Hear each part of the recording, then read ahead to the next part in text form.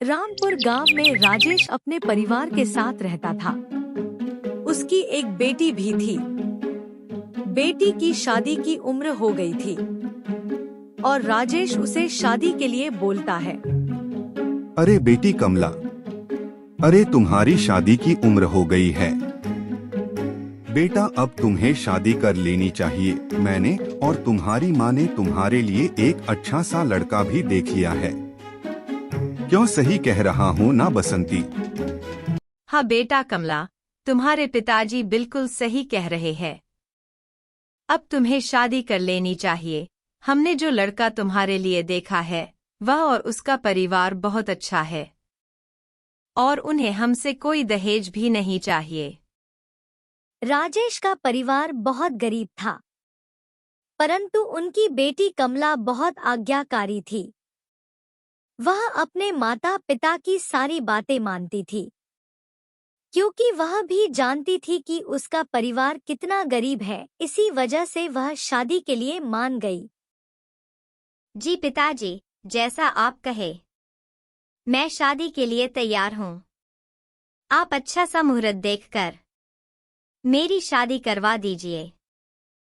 फिर क्या कमला के माता पिता ने उसकी शादी दिनेश नाम के लड़के से करा दी और फिर वह लड़की अपने ससुराल चली गई।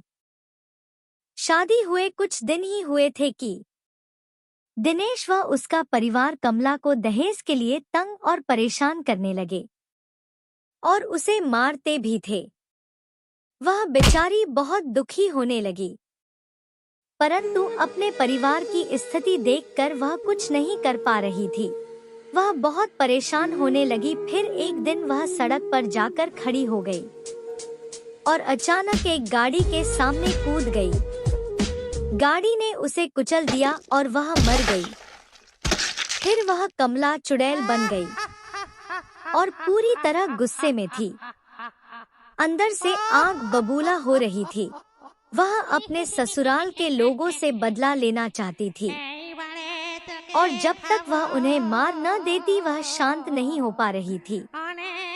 वह उड़ते उड़ते अपने ससुराल गई और वहां जाकर सबसे पहले अपनी सास से मिली। क्यों बे बुढ़िया, दहेज चाहिए था ना तुझे? पर मेरा परिवार इतना गरीब था कि वह तुझे दहेज नहीं दे पाया। मेरे जीते जी तूने बहुत परेशान करा मुझे और मेरे परिवार को। अब देख कैसे तुझे और तेरे परिवार को खत्म करती हूँ। अरे बेटी, यह तुम्हें क्या हो गया है? और तुम ऐसा मत करो। अब से हम किसी के साथ ऐसा नहीं करेंगे। प्लीज मुझे छोड़ दो। परंतु कमला, जो कि चुड़ैल बन चुकी थी, उसने एक न सुनी और चाकू से अपनी सास पर हमला कर उसे मार दिया। फिर वह अपने पति के पास जाती है और अपने सामने एक चुड़ैल को खड़ा देख कमला का पति बोलता है कि अरे अरे, तुम कौन हो और अचानक मेरे सामने क्यों आ गई हो? कमला गुस्से से बोली, अरे तू तो अपनी पत्नी को इतनी जल्दी भूल गया। अबे मैं वही कमला हूँ, तेरी पत्नी जिसे तूने और तेरी माँ ने दहेज के लिए कितना प्रताड़ा था। अब तो मैं तुझे नहीं छोड़ूंगी।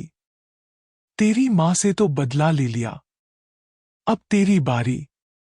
तुम लोगों को मुझ पर और मेरे माता पिता पर थोड़ा सा भी तरस नहीं आया कि वह गरीब लोग तुम्हें दहेज कैसे देंगे।